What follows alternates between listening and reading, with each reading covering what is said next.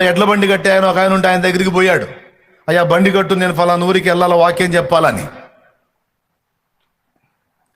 ఆ ఎడ్ల బండి వాడు అన్నాడు, అయ్యా నా ఎద్దుకి జ్వరం వచ్చింది, నా ఎద్దు 4 రోజుల నుంచి నలతగా ఉంది, దాని పరిస్థితి ఏం బాగలేదు, బండి కట్టలేను అన్నాడు.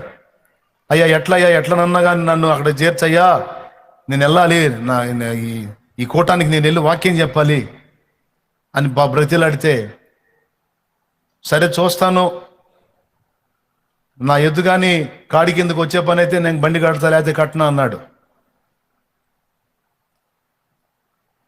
వెళ్ళి కాడిని రెడీ చేసి ఎడ్లను వదిలిపెట్టి 2 ఎడ్లను తాడు వదిలిపెట్టి, ఆయనకు ఒక అలవాటు, కాడు ఎత్తితే 2 ఎడ్లు వస్తాయి కాడి కిందకి వచ్చి, తాళ్ళు వదిలిపెట్టి కాడు ఎత్తాడు. వచ్చి కాడు ఎత్తగానే బాగలేని ఎద్దు అలాగొచ్చి దాన్ని కింద జొరబడి మెడ మీద వేసుకుంది. కాడి బాగలేని ఎద్దు కూడా వచ్చేసింది,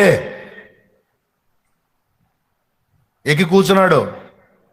బండి ముందుకు పోతా ఉంది, కొంచెం దూరం వెళ్ళింది, ఎద్దు లాగుతా ధనామని ముందుకు పడింది, బ్లడ్ కక్కింది, చచ్చిపోయింది. ఆన్ ది స్పాట్ చచ్చిపోయింది. ఆ బండి కట్టినవాడు, బండి దిగి ఆ ఎద్దు దగ్గరికి వెళ్ళి ఆ కాడిని విప్పి పక్కకేసి ఆ ఎద్దును పట్టుకొని దాన్ని ముద్దు పెట్టుకుంటూ ఏడుస్తున్నాడంట. ఒక మనిషి చచ్చిపోతే కూడా ఏడవనంత దారుణంగా ఏడుస్తున్నాడు ఆ ఎద్దుని పట్టుకొని. గోడు ఏడుస్తుంటే ఈయనకు ఆశ్చర్యం కలిగింది. ఎద్దు చేస్తే ఇంతలా ఏడుపు ఏడుస్తున్నాడండి, 4 రూపాయలు పెడితే ఇంకొక ఎద్దు వచ్చింది కదా.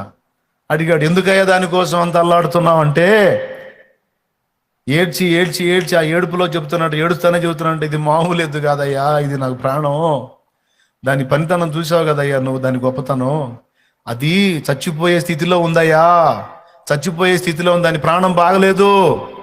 ప్రాణం బాగలేదు, చావుకు దగ్గరకు వచ్చింది, దాని ప్రాణం పోయిద్ది, ఇంటికాడున్నది వచ్చింది, ఇక్కడైనా వచ్చింది, కానీ నేను వెళ్ళి కాడెత్తగానే వచ్చి కాడి మెండేసుకుంది చూడయ్యా, అది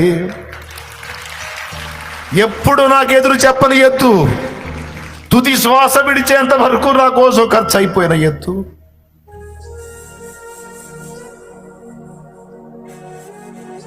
కాడి మోసే పనిలోనే కన్ను మూసిన ఎత్తు. ఇట్లాంటి నమ్మకం దొరికింది నాకు. ఏడ్చాడు బోర్న. దైవజనుడికి సిగ్గేసింది. ఈ ఎద్దును గూర్చి ఆ యజమానుడు అన్న మాట నా తండ్రి నన్ను గూర్చి అంటాడా?